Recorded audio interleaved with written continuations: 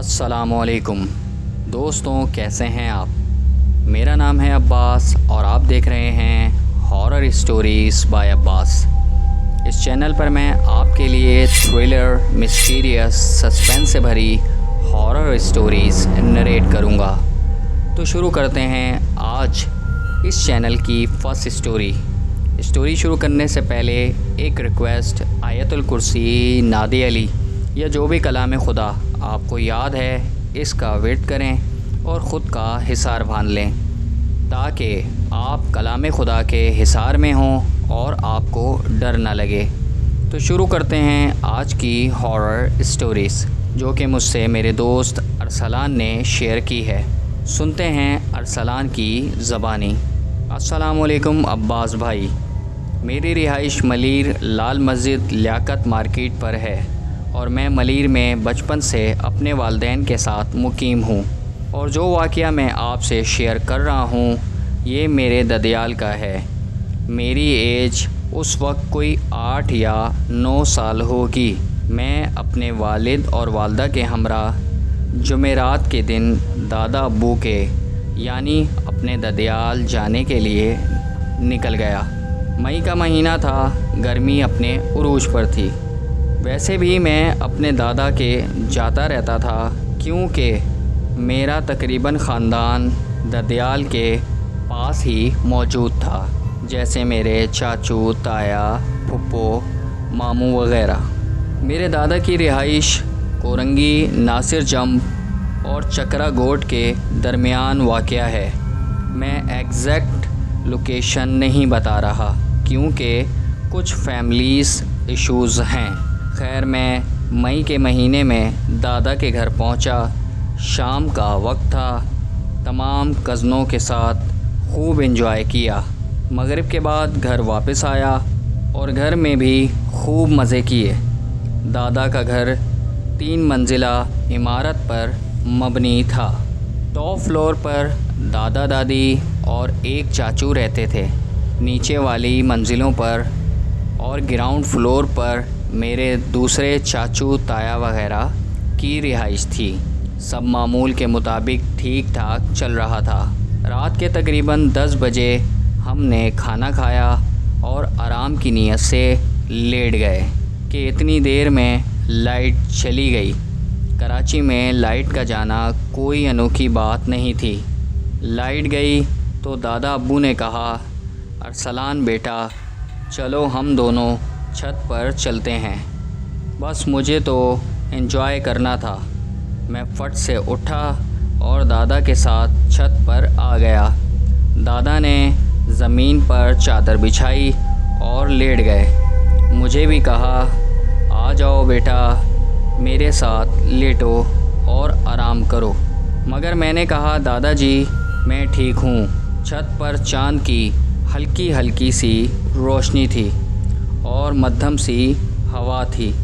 मैं बैठा आसमान की तरफ देख रहा था कि अचानक मुझे कंचे खेलने की आवाज़ आई। वो आवाज़ दादा की ही छत से आ रही थी। सीमेंट की बनी पानी की टंकी के अलावा मुझे छत पर कुछ नज़र नहीं आ रहा था। मैं उठा, पूरे छत का राउंड मारा पर कुछ भी नहीं था। मैंने देखा दादाजी सो गए हैं। मैं वापस दादा के पास आकर बैठ गया। थोड़ी देर बाद फिर से कंचों की आवाज़ आई। मैंने फ़ौरन पलटकर देखा तो इस बार पानी की टंकी के ऊपर एक बच्चा जो तकरीबन मेरा हम उम्र ही होगा कंचों से खेल रहा था। उसने मुझे इशारे से बुलाया। लो जी, मेरी तो मौजें हो गईं। दादा सो रहे थे, घर वाला कोई ऊपर था नहीं। मैं तो फ़ौरन उठा और टंकी की तरफ बढ़ने लगा। पानी की टंकी की सीढ़ियों से सीधा टंकी के ऊपर चढ़ गया और उस बच्चे के सामने बैठ गया। बच्चा बहुत खूबसूरत था अब्बास भाई। सुनहरे बाल, गोरी रंगत, नीली नीली आँखें।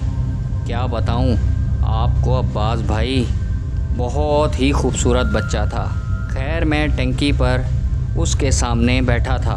उसके हाथ में बहुत ही खूबसूरत चमकदार कोई 5 या 6 कंचे थे जो साइज़ में बड़े थे। उनका साइज़ तकरीबन टेप बॉल के बराबर था। अब वो बच्चा मुझे देखकर मुस्कुरा रहा था और मैं उसको, अब्बास भाई, इतनी अक्ल थी नहीं कि मैं समझ सकता कि आखिर ये बच्चा है कौन और कहाँ से आ गया। और बात मैं इसलिए नहीं कर रहा था क्योंकि मुझे डर था कहीं दादाजी ना उठ जाएं। अब टंकी की छत पर बैठे मुझे उस लड़के के साथ काफ़ी टाइम हो चला था। हम दोनों खामोश बैठे, मुस्कुराहट चेहरे पर सजाए एक दूसरे को देख रहे थे।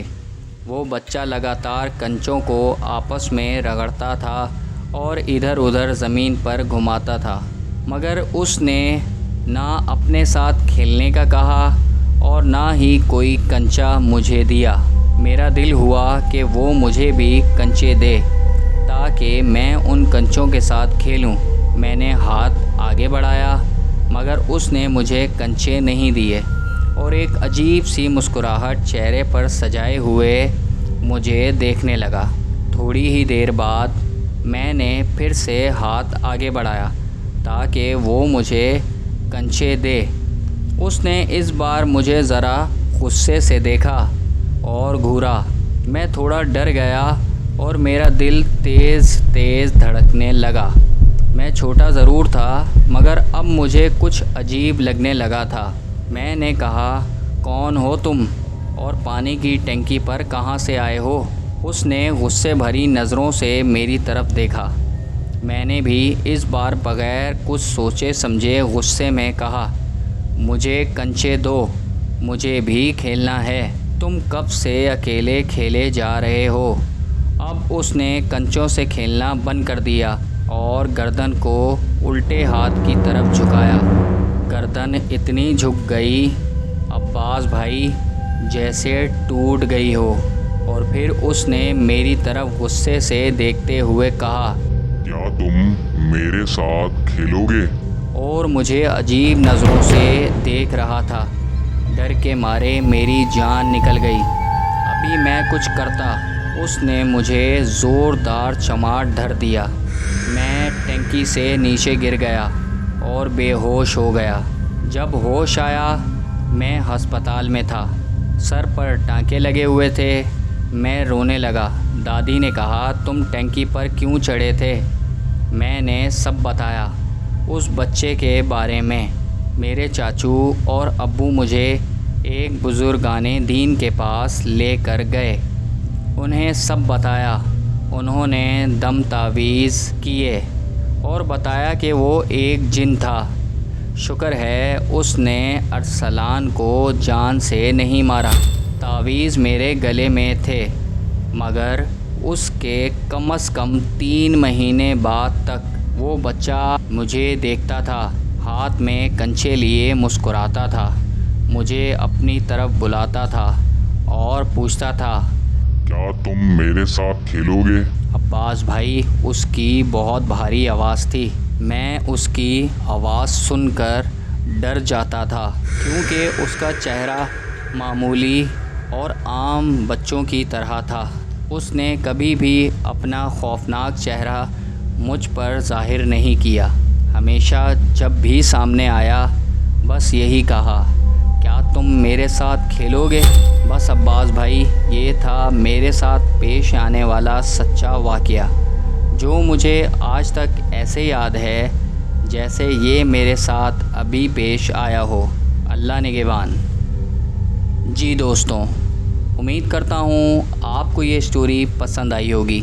स्टोरी पसंद आई हो तो लाइक कीजिएगा, शेयर कीजिएगा, चैनल को सब्सक्राइब करके कमेंट्स में मुझे अपनी राय से ज़रूर आगाह कीजिएगा। दुआओं में रखिएगा मुझे याद। Take care yourself. शुक्रिया।